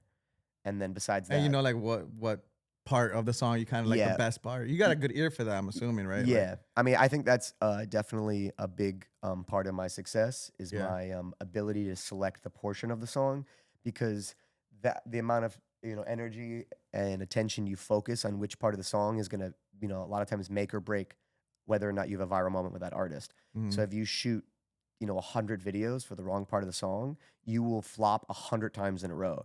But then if you shoot, so like I've done it where like, let's say I shoot 10 clips for somebody, that's Yeah. like a general package I'll do. And, you know, let's say we're still in exploration mode and it's a 3.5 minute song and nobody knows what's the viral part. You know, we think we know, but we don't know. So even if you think it's the chorus, you know, I would encourage you to like just try all the parts that you have a feeling about. Yeah. And like sometimes like, you know, like the team will be like, all right, we want, you know, set 5 clips of the chorus and then 2 clips of the verse and 2 clips of the bridge, and then they'll be like, and 1 just whichever part you want or something like that. And like, dude, so many times like I'll shoot 10 clips and then we only shot the viral part 1 time just by fluke, like almost on accident. And then that's the one that takes off. Yeah, like so for Lay Banks, that was a great example. You know artist Lay Banks? Yeah. So the first like big video that we had was for a song called Ick, you know the song Ick. Yep. And we shot for the whole song. And we shot the first verse and that did well. We shot the chorus. But it was that second verse section where she goes like, ew, lady boner gone. Like just for some reason the lady boner gone. Like people just went crazy about it. But we only shot that 1 time. Like, and we shot like 15 videos. Shit. And we only got that part once. Cause to be honest, like I just didn't know. And I'm not always right. But I am good and about, you know, just being responsive and doubling down when I see it is working. Yeah. So that's definitely a big tip for anyone out there that's shooting with artists and working with them is that if you're still in that exploration stage, just embrace that and don't pretend like you know what's up. Don't pretend that you know that just because it's the chorus, it's the part. You have no idea. Right. It could be the ending chorus, by the way. It could be like the bridge. It could be like the from the very intro with the instrumental into the vocal to give like dancers some time to like because I've actually like trying to get so granular with this sometimes. Like I've hit up dancers and I ask them like, when you hear a viral sound on TikTok or Instagram, do you like to have an instrumental intro before the vocals come in so you have time to hit record on your phone and set it down before you take 3 steps back to do the dance versus going right into it? You know what I mean? Like, there's things that like I was that like, thinking about because like these are really micro decisions. Right. Because when I'm in there editing, I have to decide like, are we starting this video like on the 1 of like the fucking song, I hate that. or are like, we giving this a 1-bar intro? Yeah. Or a 2-bar intro, or is that fucking up the viral part? Like sometimes I don't know. That is true. But for my ear, I usually like the first. Like the beginning of the song because it's like quiet and then it gets into like the Right. so it's kind of like storyline-ish almost. Yeah. And then it gets into like the heavy part Yeah, the ending where it gets heavy and then down to like quietness. Yeah. So that's what I recommend mostly is that like those big moments of dynamic contrast in the volumes or the amount of instrumentation. So to go from like super stripped vocals only to like the full fucking instrumental beat in there to like then it's all cut out and it's just piano and voice or something like that. Like those moments are really, really good to have that strong transition moments right in the first 3 seconds. That's something that I've noticed as a pattern, just as like a rule of thumb. That is something to look out for. And you've shot also like full music videos as well? So before I did any clips, I shot like 30 music videos. Okay. And I was doing this in between like more standard videography jobs. So before I was Dr. Clips, I was just shooting like, you know, business conferences where like just like watching like a bunch Boring of like white stuff. business people like hand out like corporate awards to other people at the company. Fuck, that sucks. I was like filming like for like a tax company, like a testimonial, like old sweaty dudes like sweating and like I'd interview them and they'd be like all nervous and I'd like make their interview look thing.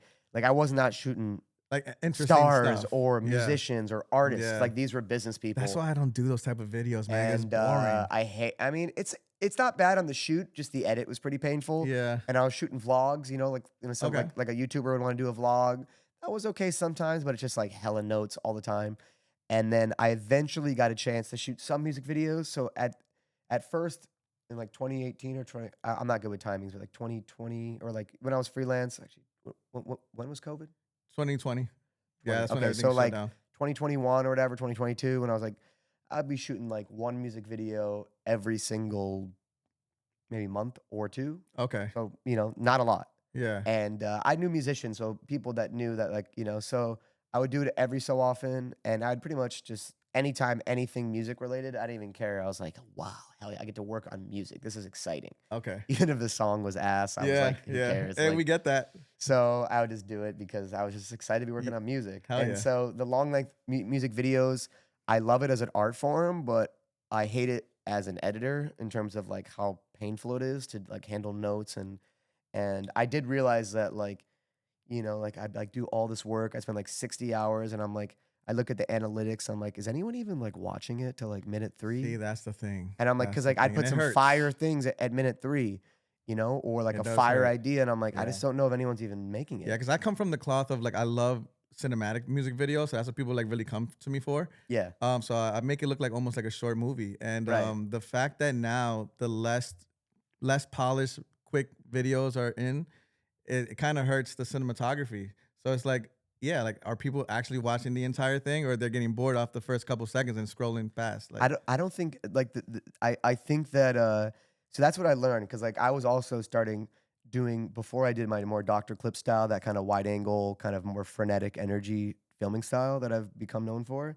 I was doing a lot more traditional tripod cinematic filmmaking, you know, using 75 millimeter lenses, 50 millimeter lenses, 35 millimeter lenses, you know, great depth of field composition, very soft halftone lighting with half the face in shadow, little yeah, split lighting, just like stuff like that, you know, filming cinematic sequences, storylines. And I filmed stuff that I thought was very beautiful. I thought it was colored, very filmic, beautiful. I applied a nice, beautiful layer of halation and grain and bloom. mm-hmm, You know, like I just thought it was something beautiful. yeah, But I did notice that I was like, man, I don't know if this is enough for people to want to watch it. Because I knew that what I was doing wasn't like a piece of shit or anything. yeah, But I just knew that maybe it wasn't exciting enough for people, or maybe like, you know, you'd have to work with an artist that was like a superstar for anyone yes, even to yes, watch it. yes, yes, yes, So I was 100%. like, You're putting damn. all this energy into something that people might not And watch. yeah, because it breaks my heart. And I just come from music, right? Working in Yeah, music for 8 years, where I pretty much wasted like so many years of like working on songs that people would be like, yeah, I'll put it on the next EP or like some bullshit. Or like we'd make a hit, in my opinion, and they'd be like, it's not me. And I'd be like, all right, well, can we pitch it to somebody else? They'd be like, well, I'm not comfortable with that either. And I'd be like, so you want it just to sit there in the hard drive? Like I like to this day, like there was a song and I remember we like wrote for an artist and I hit him up like 4 years after. I was like, yo, this other artist is trying to cut this. And it was 4 years. And I was like, are you planning to put that out ever? Cause like I'd love this artist actually that I was friends with, like had heard it somehow. I was like, he's interested in cutting it. And he's like, yeah, man, like I'm definitely gonna like be putting it out. Like, this is like at this point, it's like 8, 7 years, still doesn't put it out. So that kind of thing would happen over and over and over and over and over again. And then so I'm very sensitive to that, to like okay, such a waste, like having art be gate kept by artists for subjective stupid reasons yeah. and sitting and dying on a hard drive, and all that beautiful creative energy that I put into it is, and you're not even giving it the chance to be released. That shit That shit's really just locked in hurts somewhere. my heart. It Yeah. drives me crazy, So you especially felt when like that with music videos. especially when it was something that it's not like it was this is embarrassing or problematic. It's Yeah. beautiful stuff. There's no reason not to put it out. Yeah. So I was just like, fuck, man. Like, I'm gonna work a 3.5 music video, and sometimes it wouldn't even come out. And I was like, dude, that like sucks. And then so the first artist that I shot like mostly vertical with, and only vertical, because I was trying to actually before, but nobody would let me. They'd be like, People were yeah, like, like, nah, this doesn't make sense. or they'd be like, yeah, shoot the music video and do cut downs. Ah, And I was okay. like, all right, but that's not what I want to do. Like, I don't want to shoot music video. I want to shoot short form. I met with Flana Boss, those two girls. that I Yes, worked with, yes, yes. and I met them at a showcase. And when we met up to shoot or talked about shooting, they're like, hell yeah, like, okay, so this is like, you know, like let's just shoot like a bunch of short form clips. And I was like, oh yeah, hell yeah. Like I thought they were gonna try to get me to do a music video, but they immediately wanted to shoot content, They were down. short form. And I was like, oh, really? Hell yeah. And so like the very first time we worked, like we shot maybe like 15 clips, whatever that I edited for them. And we met up at my place. We shot something in the backyard. We shot some just in the street. And the very first time we worked, they had a song called Miss Me. Mm-hmm. And it got like 1.2 million on TikTok. Shit. And that was big for them. And I had never had anything hit 1 million views on any platform of any art form of anything I ever did. I was so sure that like in my head, I was like, yeah, man, like I think that the apps could tell that my computer, that the videos bounce from my computer and it won't let anything bounce from my computer go. Like I was like that delusional about it. Like you would think that somebody else has to upload it in order for it to go viral. I was just thinking that like they could tell it's my VPN or something, and that's how like in That's my head I so was about it. sick. I was like, I don't think it's possible for me to To go make viral. make anything that would ever go viral. That's just like I guess they can That's tell okay. maybe Yeah, maybe that's because I'm interesting to editing think, it in though. Premiere Pro or something, or maybe that because I'm not editing it on the phone. Like I just thought that Yeah. I don't know. That's an interesting way to think, just though. in my head I was just like I just don't think that I can do it. Hey, But man, with I don't them, that know. was the first time I worked with somebody, and I really enjoyed it. It was like a 2 to 3 hour shoot. right? It didn't take 14 hours and me lugging sandbags and C-stands, and like 6 lenses and Yeah. fucking Pelican cases of gear. We didn't even like really use any like lights. We just used sunlight. You know, the lighting wasn't perfect. It just looked like daylight. But you know, the energy was there and the speed was there and the ADHD feeling, and it was hip hop too.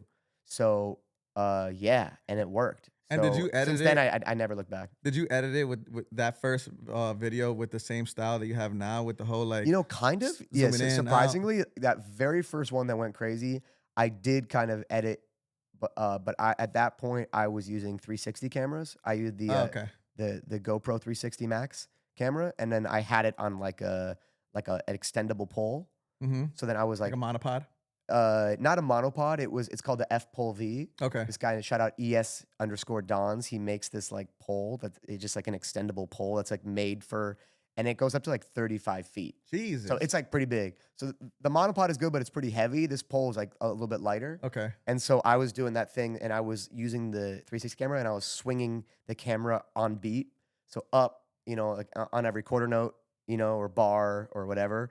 And I was shifting angles and having them kind of follow. And that was that kind of initial like impetus of the Dr. Clip style. And then I was editing it in Premiere Pro using a GoPro FX reframe. Okay. Have you ever heard of that one? Yeah. Okay, yeah. I use Premiere to edit. Yeah, do you use Edit 360? Yeah. Yeah, so is that the app you use? That's the app that I have. Yeah. Yeah, it's a pain in the ass, right? It is a pain. Yeah. So you have to keyframe like the keyframe every is fucking old. like It's 3 frames. It's dreadful. And like I wanted to keep them in the center, and so it was a real pain in the But ass. so you didn't use After Effects at all? No, I did it fully in Premiere Pro. And are you still using Premiere to edit these videos, or? No, I hate Premiere Pro now. I quit, and it hit Premiere Pro let me down.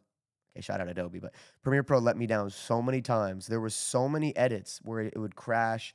Yeah. The second the edit would become stacked up with like multiple effects, it would start behaving crazy.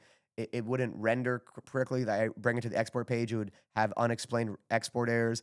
And at some point, I had like lost a big project, and at that point, I was like, I've had enough. I've had enough, and I was like, I'm never using this program again. And they raised the price. And they raised the price. Jesus Christ. And so I deleted it. I said, fuck this. And then if anyone ever asked me to use it, I said, sorry, I don't know how to use it. Yeah. So what are you in DaVinci now? DaVinci Resolve, man. I want to get into DaVinci, man. Man, you have to do it, man. Just lock in. It's like everything in that one app, right? Yeah, man. Take some Fuck, Adderall, man. watch some tutorials. Yeah. I mean, just I get in don't that know. loophole. I mean, if you're doing like more simple cinematic edits and not like super effects heavy stuff, I think Premiere is like honestly a great program. I didn't have any problem with the way it worked. I'd had a problem with the instability. Yeah. And the crashing. The crashing does happen frequently. And the errors. And the errors on the exporting. The errors and the instability and like all that kind of stuff. And I'm a very like trial and error editor, so I'll drag on a bunch of different ideas, and like it's not like I keep a clean timeline. My timeline's messy. I'll throw, you know, disable things and Lord. and like I don't like to delete stuff because sometimes I pull it back in at the final hour, and that's the way I like to work. And so it couldn't handle that, at least in my experience. So I gave up on it. Well, shout out to DaVinci. I definitely got to get into man. comfortable with that. Take Adderall and just watch YouTube. Yeah, I'm gonna do that. Just lock in for 10 hours. Yeah, and just lock yourself in and watch every YouTube tutorial that you can. Yeah, find. a buddy of mine, he's a DP. He just sent me a shit ton of videos for me to learn DaVinci and like get comfortable. Yeah, you'll love it because if your passion is making that more cinematic style, which is that timeless style, you're gonna have so much fun color grading DaVinci. Like you're probably at first gonna get like really granular, like just like edit, because you can really get pretty granular. Yeah, and it has really really good tracking in the color page. So like the power windows, which is essentially like the ellipse mask, you know. Yeah, and it could track with 3D like to my face. Sick. And it's like you can pick certain things to color. Yeah, and it goes like the tracking is like, and it's done. Like it's insane. It's so stable. Yeah. It's so stable. And then the updates are fire. Like every time it updates, it is like they fucking update that shit. Like there's like they work on it and it keeps getting better and faster and more stable. Jesus. And it's a one-time purchase. Yeah. I purchased Studio one time and I And never that's have it. to pay again for it. And gotta so get I into do it. everything in that program. I do my basic editing. I do all my color grading for my videos and all my VFX. I've never opened After Effects to edit a single Dr. Clips video. I'm using. I would think you use After Effects. I'm using the Fusion tab, and Okay. so it's all right there, and it's all integrated, and it's awesome. It's That's fucking perfect. awesome. I love it, and I didn't really become Dr. Clips or successful until I started using that program. It fit me as a creator, and it fit me, and it was able to handle me, like my brain and my speed, Yeah, because yeah. Premiere like just was like slow down. Like it's almost like having a manager that tells you to slow down. You're like, bro, I'm trying to soar. Yeah. And I feel like I feel like it wouldn't let me soar. Yeah, no, Premiere is getting like that. I feel like day by day it's just getting like worse and worse. Really? I mean, because like when you do the cinematic type edits, like you're basically doing basic cuts and color correction. Like, are you doing a lot of crazy effects? See, there's times where it's good for that, right? I mean, there's times where artists will ask for these crazy effects. So the moment you start to like are you doing a lot of masking and rotoscoping? A lot of masking, a lot of that. What do you do for rotoscoping in there?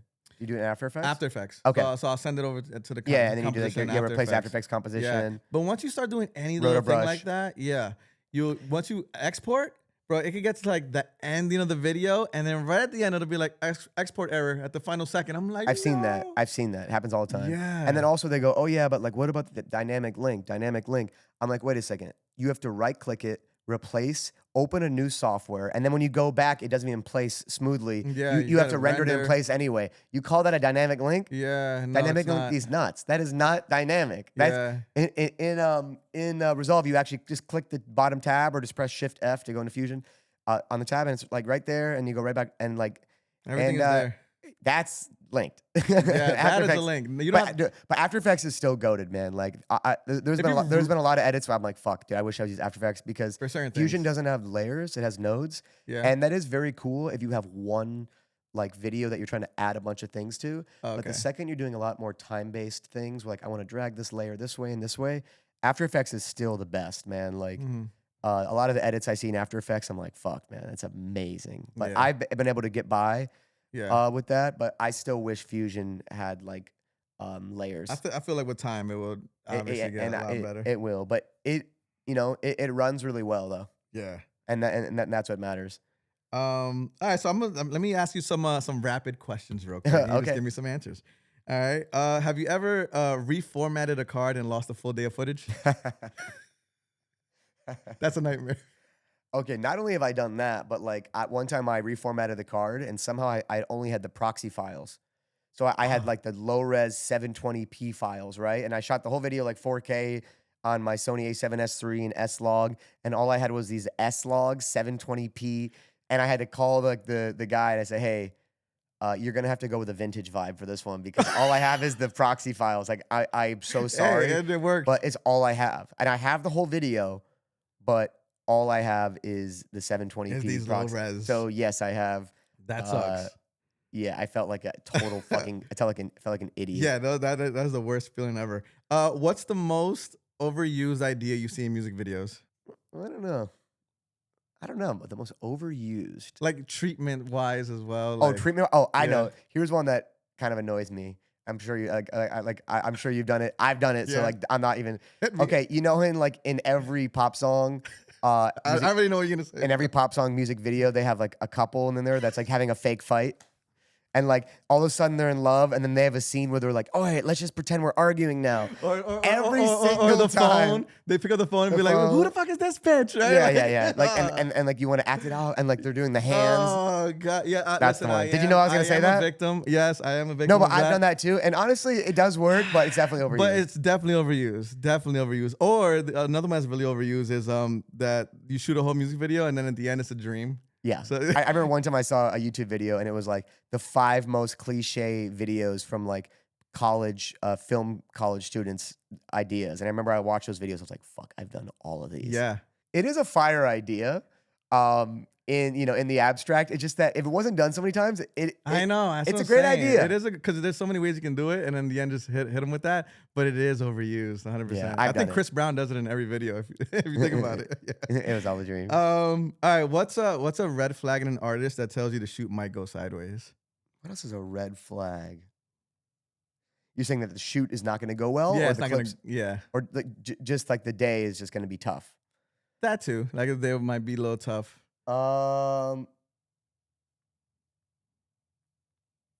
I mean, this is just kind of to me, but like when somebody that's not the artist or filmmaker has like a manager there and they want to see your entire micromanage every single shot Yeah, I've and had shot that. list. I've had that. And in reality, even if you have a shot list, anybody that's shot music videos or any video for that matters that the shot list goes out the window, especially when time is running out, and time is always running out. Yeah. I've never seen a shoot that wasn't rushed by the end ever, especially music video. So I'd say anyone that's trying to micromanage and take too many takes of the exact same thing, Touche. like if they hit like, bro, like if you take 7 takes of the same thing, like, bro, like you don't need to do that. No, Like, just be 100%. decisive. So that is the one thing that I've gotten really good at in experience is that I'm watching the take as I'm filming it, and if I feel like I got it, I can confidently tell them we got it. Yep, I'm the keep, same let's way. keep moving. Yep. Because I don't want to go through all those takes in editing. And they should trust you. And if we got it, we got it. Yeah. Let's keep it moving because I'm the you're same much way. better off having more takes in different locations and setups than having like more takes in the same spot. Yeah. But then you have less locations and setups. Right. I might do maybe like 2 takes. I don't think I ever gone past that.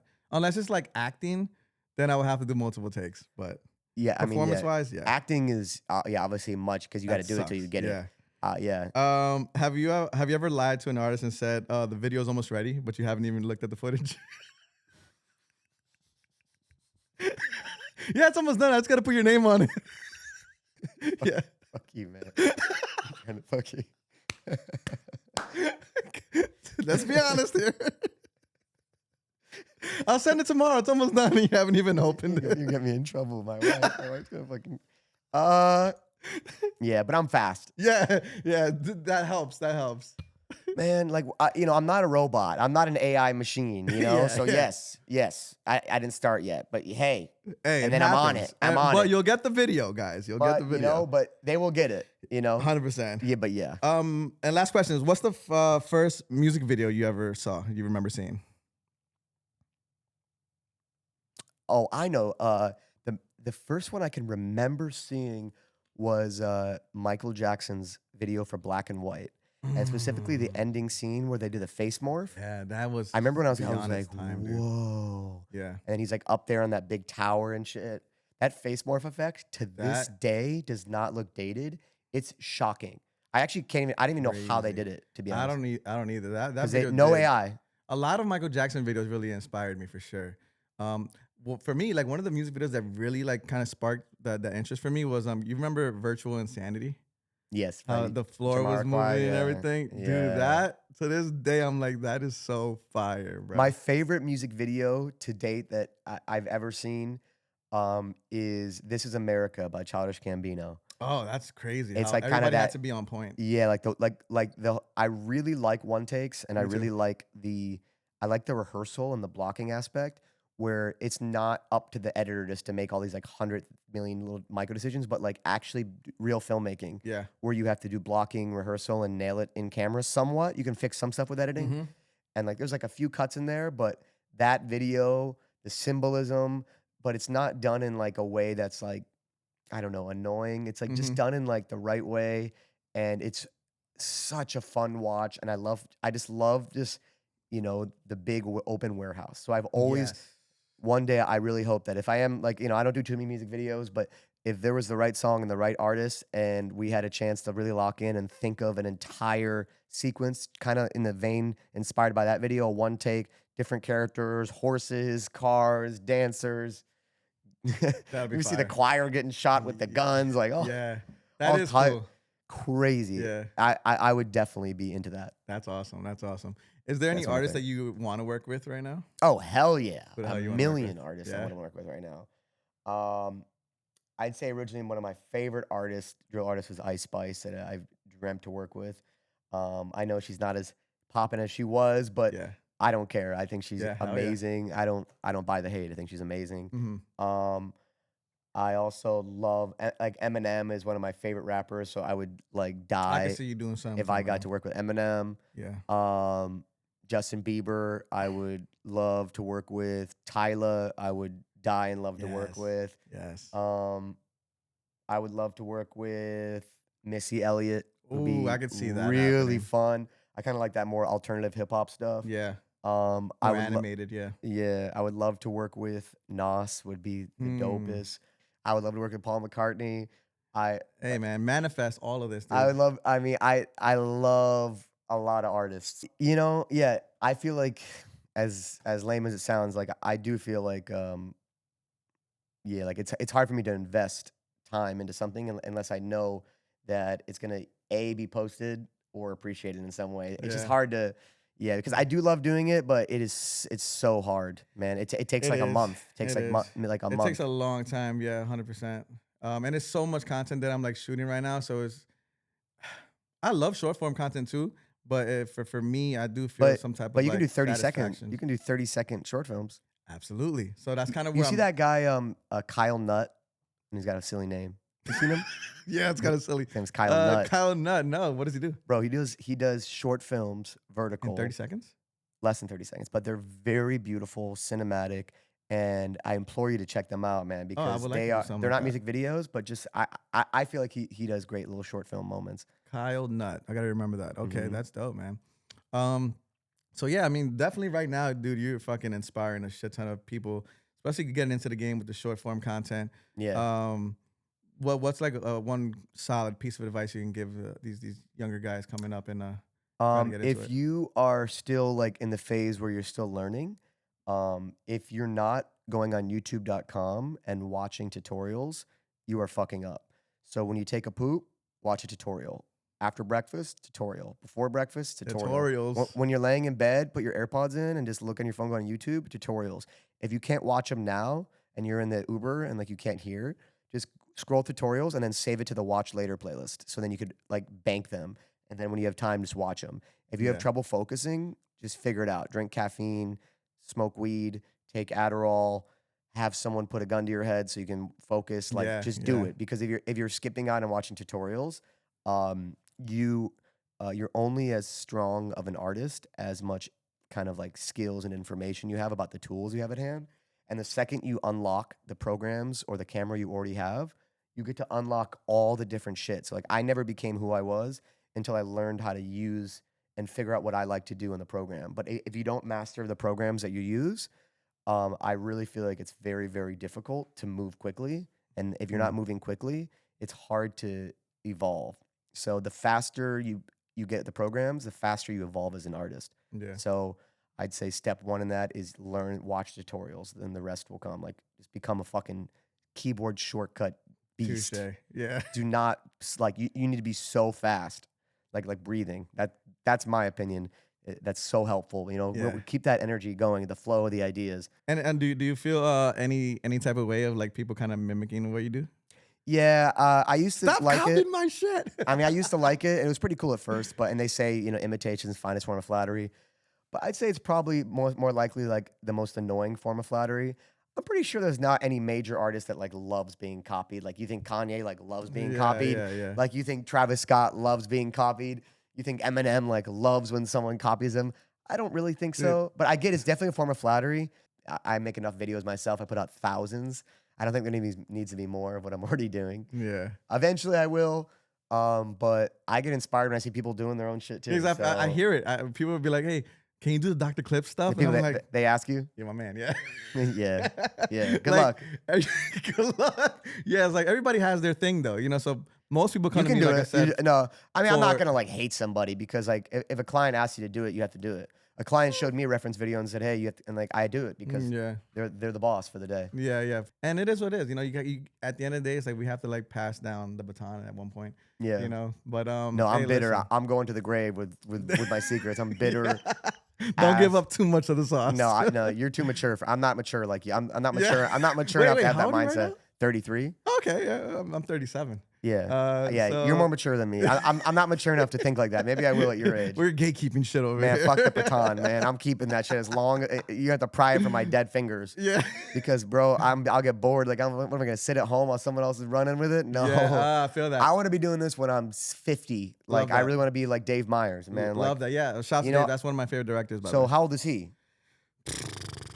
I'm gonna say he's probably hitting 60 damn near. And dude, he's still working. And I love he's love still him because influencing? his cinematic approach of a lot of things too. Oh yeah, he's you know what I mean? one of the goats because he's love him. But hey, Do you see him passing the baton? No, He's so yeah, He's still holding on to it. yeah. I love this. I literally want to do this until I can't anymore. Like I'm literally Exactly. like, well, obviously it gets to the point where I'm just gonna be sitting on a director chair directing shit, and like everybody else. You're gonna be like fat, old, decrepit, don't even like give a fuck. arthritic, and you're Yeah. gonna be like, yeah. And I want to be like a Stanley. I just want to go put me in the B-roll of everybody's music video. And Stan Lee put you in the B-roll, like Stan Lee, the Marvel guy. Marvel guy, Yeah. like he's in the movie, he's like Rest in the peace. back. Yeah, he's in every. Yeah, you know, yeah. at one point I was doing that. Like I was like in everybody's video at one point. And So you're like Diddy. You're like Diddy, huh? You got to get in the video, bro. Yeah, I was on live stream. Just a quick sidebar here, watching Notorious B.I.G. classic music videos. Just like Juicy. Who you saw in the background? Bro, in every video, he's in the video before Biggie is, like in the edit. It's nasty. And dude, one thing I noticed about 90s hip hop videos is that rappers are always in a bathtub. He's getting like rubbed with down. some gold. Yeah, they have a gold chain there in a bath. It's like, talk about an overused idea. Watch 90s hip hop music videos and count how many times you see a rapper in a bathtub. Shit, dude. Now I gotta see that. They're always, I'm like, dude, what is with this like bathtub? It's kind, I don't know, it's just kind of funny. Yeah, nah, but hey, man, this was so dope. I appreciate you again coming out to the studio here and traveling over here was fun. So I'm excited that we got to do the sit down. And I'm excited to see what else you got coming out, man. I know you're gonna fucking kill the game, and this is just the beginning for what you're doing, man. And Thank I'm you. seeing it from afar. And Thank you. yeah, and it was a pleasure having you here in front of me, and picking your brain and having some cool convos and shit that we both kind of interested in. Yeah. Hell yeah, man. And yeah, maybe someday along in the future we can come up with some cool content together, man. I'm sure, man. Yeah, I'm sure. And come up with some cool shit. So again, I appreciate you, everybody. Evan Blum, Dr. Motherfucking Clips did it again. Hey, thank you, bro. Appreciate you.